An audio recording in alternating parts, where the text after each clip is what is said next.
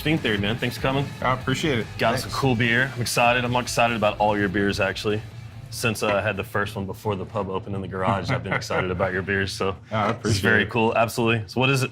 Yeah, this is Monsters from the Id. This is an Imperial Baltic Porter. So it's kind of like a smooth version of an Imperial Stout. It's actually brewed with lager yeast. And we age it for 12 weeks in the brewery. So it's just kind of silky smooth and just flavors of chocolate. It's kind of almost like a liquid s'mores. There's like graham cracker, toasted marshmallow.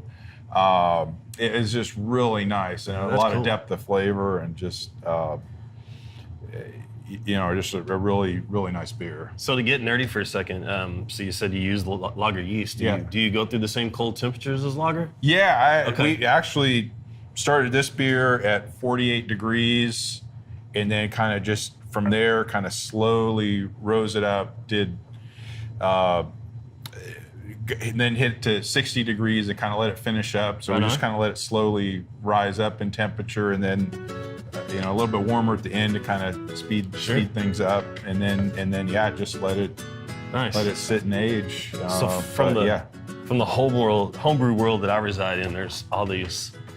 Everybody questions everything to the point that you can't possibly question it anymore, and then you find out how to question it again. Yeah.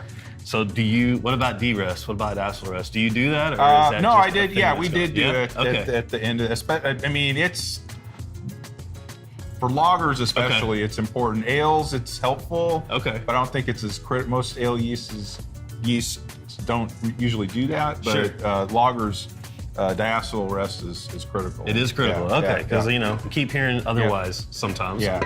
And the battle continues. So nice enough on the pro side if you're doing it or not. Man, I'm gonna let you pour it. All right. Because folks who saw our original episode saw me pour beer all over the table. Part of that was because our setup took longer than we thought for the first one. We pre-gamed very loosely. I don't know how much do you want. That's fine. Yeah, cool. Let's just have a little beer. And let's save some for the chug table later when we come back around. So Baltic Porter. So everybody's kind of familiar with the generic idea of a porter, whether you're a giant beer person or not. Where do they break down between the different porters? Yeah, but I mean, a Baltic Porter, it's Baltic region, Sweden, those kind of areas. It's colder there, so it's kind of natural that they're going to have yeasts that are more cold tolerant, active, and used to. Yeah, sure. So makes sense. So it's just. So they're kind of straddling the line between a porter and then it's also got the lager characteristics, so it's just kind of silky smooth. Yeah, it doesn't, although it does have like dark fruit notes and things, but it's not the fruitiness that you would get from an ale that's warm fermented. You can, that s'mores thing you said earlier can kind of, I mean, if you hadn't have said that, I don't know if my brain would have went there, but you definitely picked up those little chocolates and a little sweetness in there. And that's all. I mean, that's all. Using different malts and playing with the malts. There's no adjunct. There's no adjuncts in this beer. Yeah. So just to kind of to hit you on that, since you said it, and looking at your beer list you have, I love You're not a huge adjunct guy in general, are you? No, I'm definitely a less is more. Classic, traditional. That's cool. I'm not saying that I never use spices or any other, but I'm sure. I always think less is more with these kind of things, and that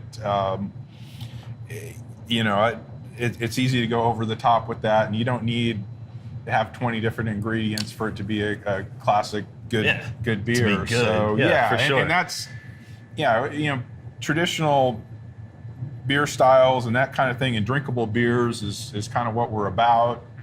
And my philosophy, even on bigger beers, is always, would I have a second pint of it? And there's a lot of beers that this is interesting, throw this away, and then give me IPA or give me something else to drink. But even though this beer is, it's like 8.8% alcohol, but it's very drinkable and it's, a lot of flavor, and, I could drink a lot of this. Well, that's interesting you said that. So in my backyard, that's kind of my idea is I got gallons of stuff to kill. So everything I make is something drinkable. And I know you're a competition. You're dare I say, an awarded competition guy. And you did competition. Yeah. So I recently had one of the big ones here in Bluebonnet, and other ones too, but I do play with some of the fun stuff just because it keeps me interested. Yeah. But I did notice that that's a weird thing. So basically, in the sheets I got back, I kept getting hit a lot for like when there wasn't enough pineapple in this, and there wasn't enough of that. And to me, it's like, well, if I put more in it, it's going to be a pineapple drink. Right. So but I get there's a difference in competition and just yeah, drinking, competition. Yeah,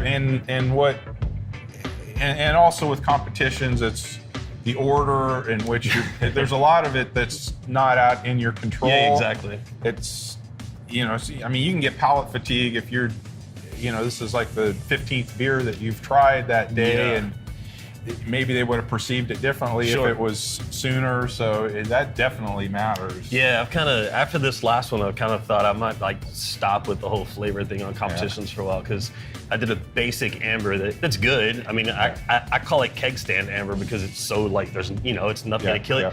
And that thing came back with like 42 points, and I was like, okay, so stuck to style is good. So maybe feel good. My processors are there, but I got to figure out this flavor thing. So that's kind of funny. But I love that that's your idea, is you try to make beers you can have a bunch of, because that's my philosophy too. Yeah, and since we're a brew pub too, so it's beer that's got to go with the food that we have. Absolutely, so, and it does. And by the way, cheers on that, because the beers with y'all's food is just amazing in there. Y'all are killing it. It's great.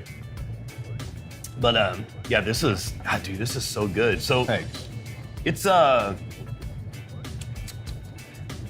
don't want to see. Okay, so in the Baltic Porter thing, and being that whole Sweden and cold weather thing, do they tend to be hardier and bigger ABVs in those? A little. I mean, we're calling this a imperial because it's a little over. Some are more like 6%. I was going to ask you what it was, because you can taste it, not from a boozy side, but it's a little sweet and thick, and it's good. Yeah. But I mean, it's definitely thick, but it's not like we do our wee heavy that's chewy. That thing is amazing. That thing is so amazing. I have had this fear going on for the last couple of weeks that whenever we actually sit down and do the show, y'all were going to make me chug a glass of that. And fortunately, I found out you're not, because I had 2 regular 8-ounce at your bar the other day of the wood age you did, which ridiculous, but there's no way I could chug a glass of that. I would try, but and I've been super happy with like the Scotch ale that we did, that big beer like that. It's done pretty well. That's awesome. Because it's it's a pretty big beer. It's a pretty hearty beer, but people have liked it and appreciated it. And I think because that's not a style that a lot of brewers do. So I get people that are into beer and stuff. I've gotten a lot of people like, thank you. That's cool. That's kind of what we're looking for. Well, the other thing I've seen you guys doing is y'all are doing the red beer thing, and that's pretty cool because, and I don't mean tomato soup juice in it, but actual like Irish reds and things like that. Yeah. And I think that's really cool too, because I know for a while that was just kind of a thing nobody was seemingly could sell. My beer supplier up at the street said that was like the one thing he can't sell anymore. He doesn't even have Killian's anymore. He just can't sell it. And you guys are doing good with it, right? So we did a pilot batch of it. It was super well received. I think we may do a bigger batch of that at some point. That's awesome. And that's just just a super drinkable beer. And again, that's a good food beer. That's a great food beer. In my early days before the craft scene, I mean, when I hit Killian, I was like, oh, this is amazing. So it's cool to see it. Well, right on, man. Well, thanks for bringing it. And and we didn't have full glasses, but I say in spirit of what we do here, we finish this off right now. All right, sounds good. Cheers.